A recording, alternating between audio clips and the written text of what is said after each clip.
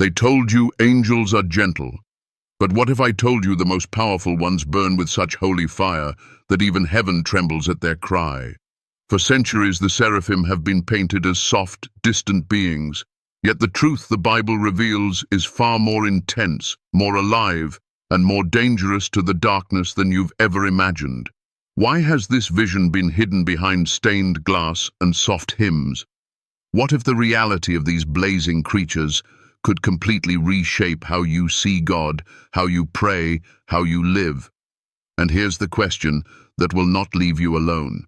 If the seraphim stand before the throne with unshaken devotion, can you?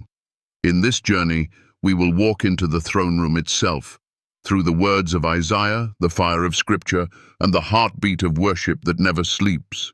You will see the 6 wings that cover in awe and readiness, hear the thunder of voices crying holy without end, and understand why their song is not repetition but revelation. You'll discover why their presence holds both beauty and terror, and how their posture before God reveals the very secret to living a life unshakable in faith.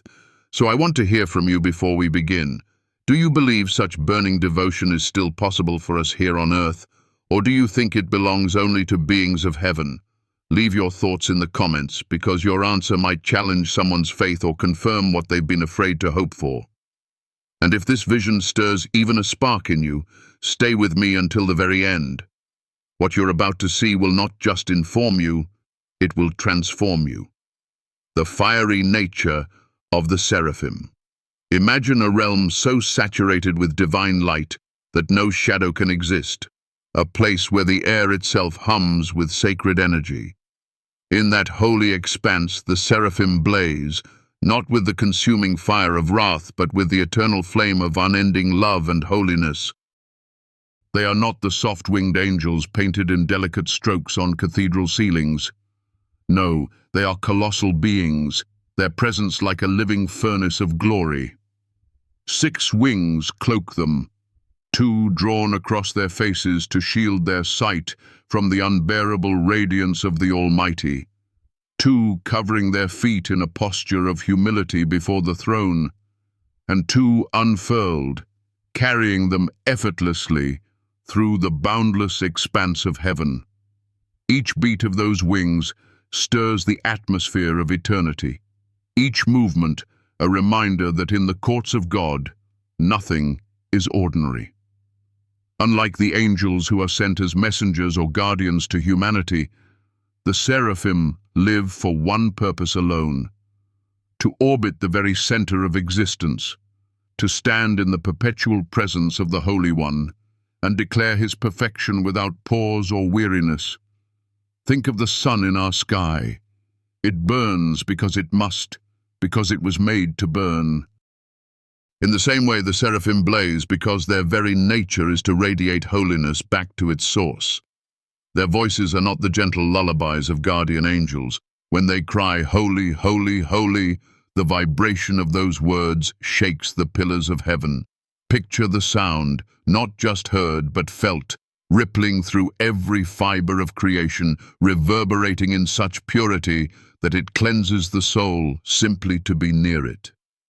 This is the language of eternity, a sound that carries both awe and comfort, a reminder that in the presence of God, nothing remains untouched, nothing remains the same. The worship and eternal purpose of the seraphim.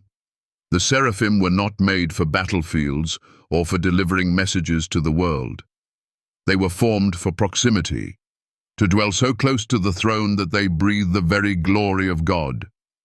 Every moment of their existence is wrapped in worship, and that worship is not passive.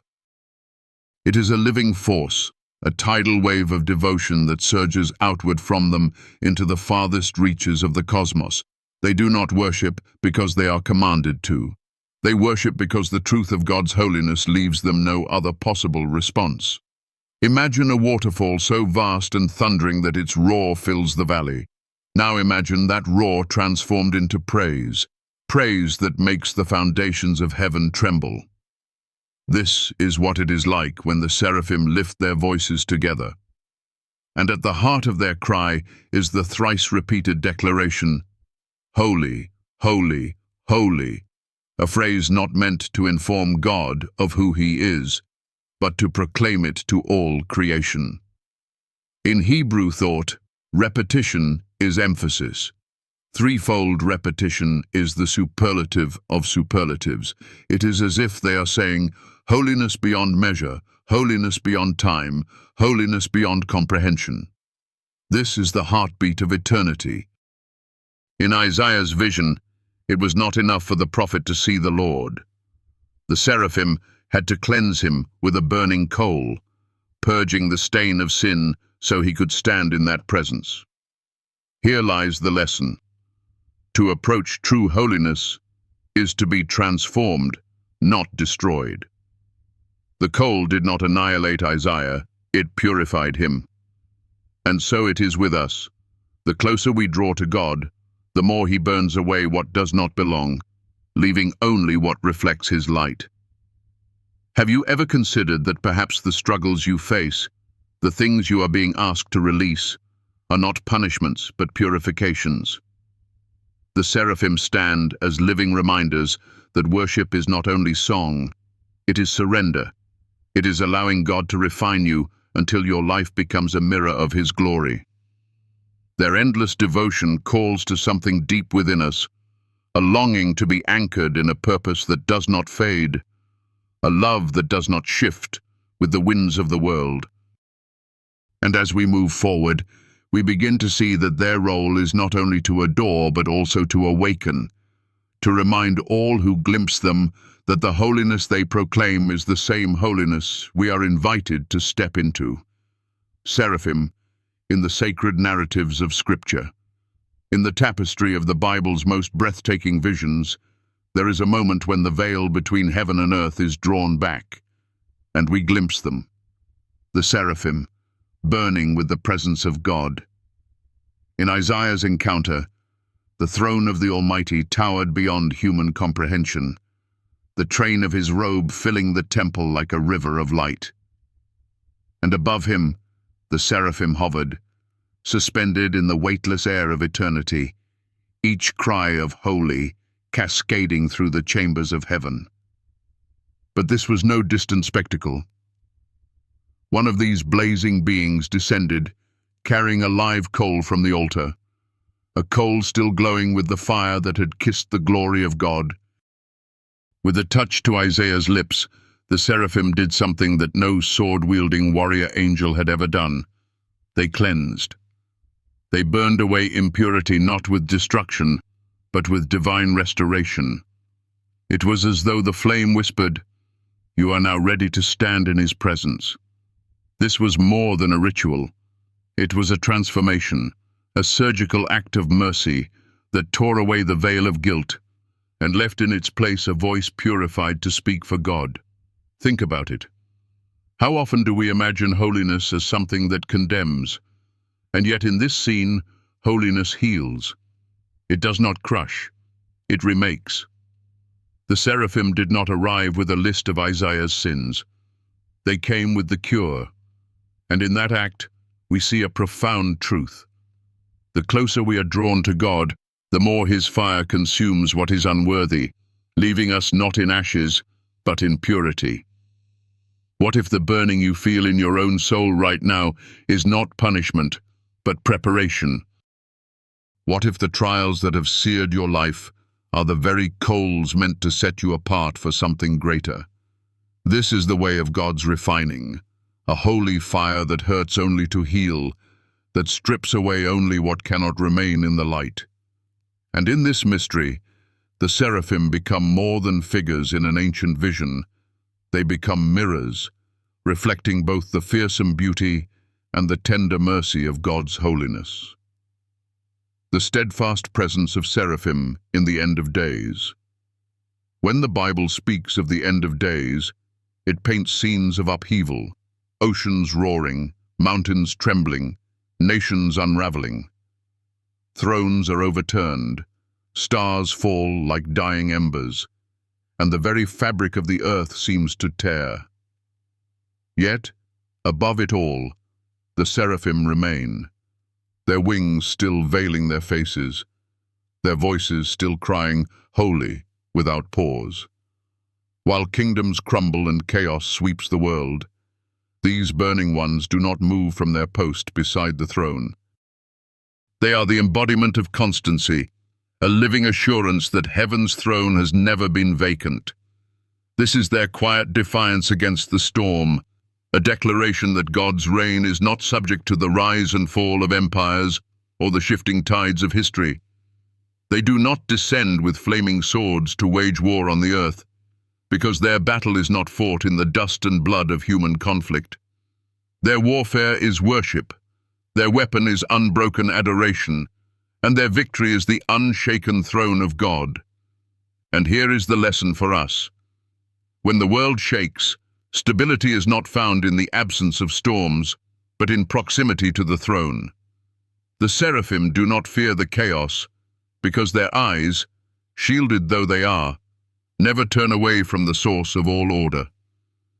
In a time when fear and uncertainty grip the hearts of many, their steadfast presence speaks volumes. They remind us that no matter how dark the horizon, the light of God's glory has not dimmed, and the song of His holiness has not ceased. Imagine if our faith could mirror theirs, unyielding, unblinking, anchored not in what we see around us, but in who we know is on the throne. The seraphim teach us that worship is not an escape from reality, it is the truest reality. And in the coming storms, whether personal or cosmic, the greatest act of resistance is to keep declaring the unchanging truth of God's holiness. Even in the end of days, they are there, not swayed by the shifting ages, but standing as eternal witnesses to the glory that will outlast every kingdom, every age, and every final breath of this world.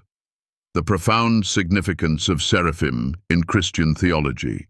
They are the nearest to the throne, yet the farthest from presumption. The seraphim, those blazing sentinels of eternity, dwell in the immediate radiance of God's glory, and still they veil their faces. Think about that. They are creatures fashioned in the purest fire, unmarred by sin, without flaw in their being, yet they cannot gaze directly upon the one who made them. Their 6 wings are not merely symbols. They are the eternal choreography of reverence. 2 cover their faces in awe, 2 cover their feet in humility, and with the remaining 2, they hover in perpetual readiness, ready not to act for themselves, but to respond to the heartbeat of heaven. In them, we see the paradox of divine intimacy. The closer you are to God, the greater your reverence becomes. We live in a world that often equates nearness with casualness, that confuses familiarity with the freedom to treat holy things lightly. But in the seraphim, there is no casual worship, no careless word. Their song is not background music to their own desires, it is the very air they breathe. Holy, holy, holy, they cry, and those words have no wear, no fatigue, no diminishing power. They are as fresh in the millionth repetition as they were in the first, because every moment they see another facet of God's infinite beauty, another depth of His goodness, another blaze of His glory. And this is where the lesson reaches us. We too are called to live in the tension between closeness and awe, between intimacy and holy fear. We speak so easily of God as friend, and He is, but He is also the consuming fire before whom the mightiest beings hide their faces. If the sinless seraphim tremble in reverent worship, how should we, redeemed yet still in our frailty, approach Him? This is not to drive us into fear that shrinks away, but into reverence that draws near with trembling joy. Reverence is not distance. It is the highest form of love, a love that knows exactly how great and holy the beloved is. Imagine a craftsman who spends years perfecting a work of art. Every brushstroke, every chisel mark is placed with care. Now imagine that this masterpiece is placed in your hands, and you understand its worth.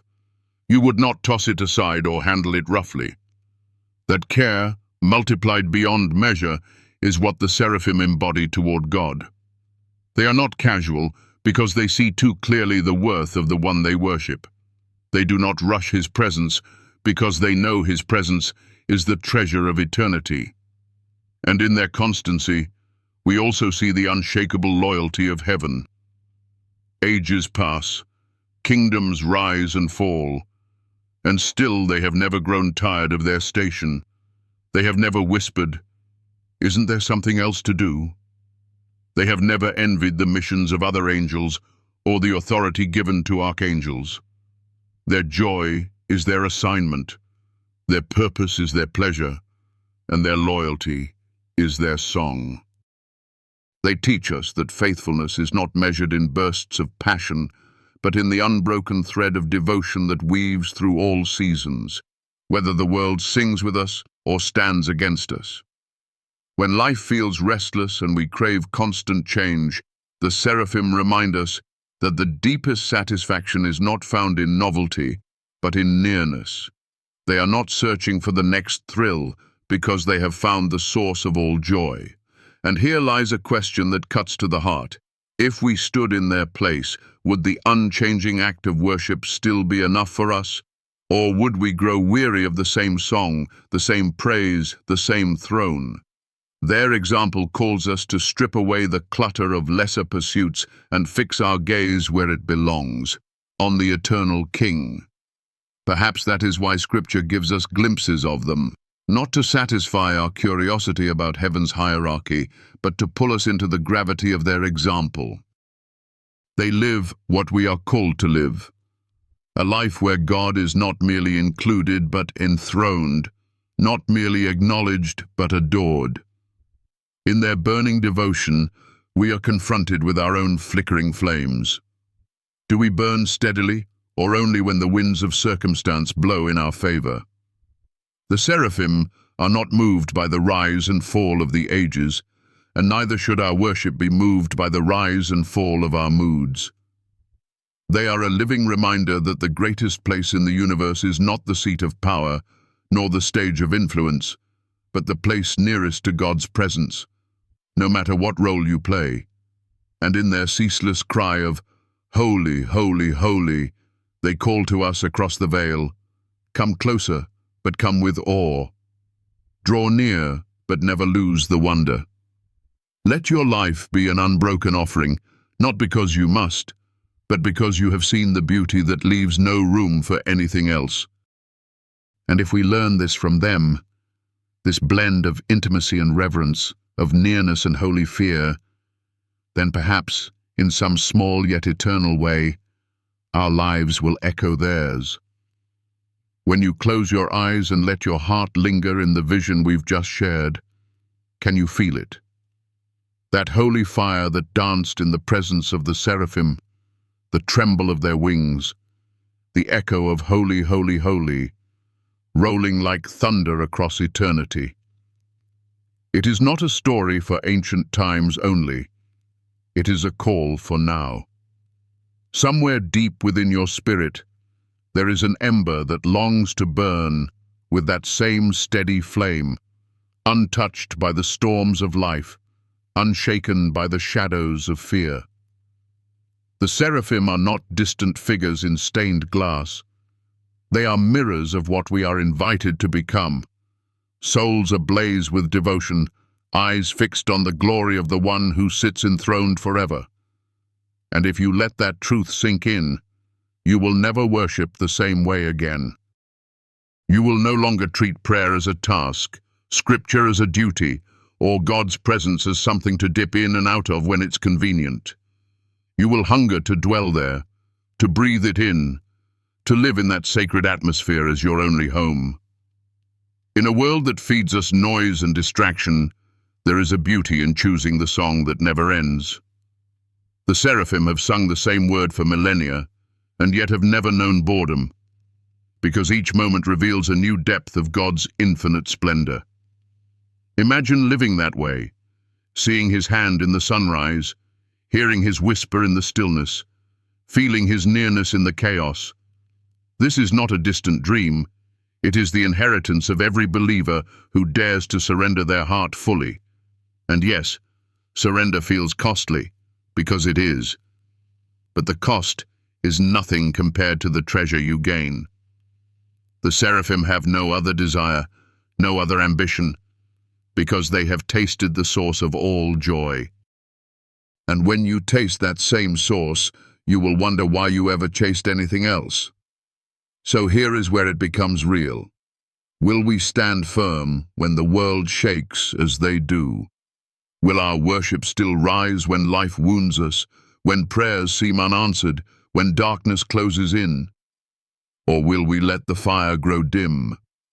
The seraphim's wings are a reminder, covering the face in awe, covering the feet in humility, ready to fly at the will of the King. They are posture and purpose in perfect harmony. And you too can live in that harmony. Let reverence guard your heart. Let humility anchor your steps, and let readiness keep you awake to His calling. The truth is, worship like this cannot stay confined to songs and Sunday mornings. It must spill over into the way you speak, the way you love, the way you endure.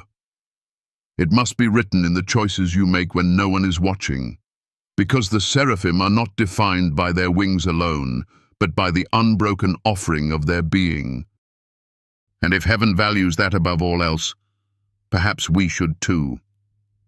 Maybe you're listening to this now in the quiet of your room, or on a crowded train, or in the middle of a season where God feels far away. But what if you knew that at this very moment, the throne room of heaven is alive with worship, with light so bright that even the sinless cannot look upon it fully, with voices crying, "Holy," that will never be silenced? Would it change how you see your struggles? Would it remind you that the God who reigns there also reigns here, in the mess, in the waiting, in the ache you can't put into words? That's the power of the seraphim's testimony. They do not move with the tides of time, and neither does He. If this vision stirs something in you, if it ignites even the smallest spark, nurture it. Don't let the days blur it into the background. Speak it, live it, guard it.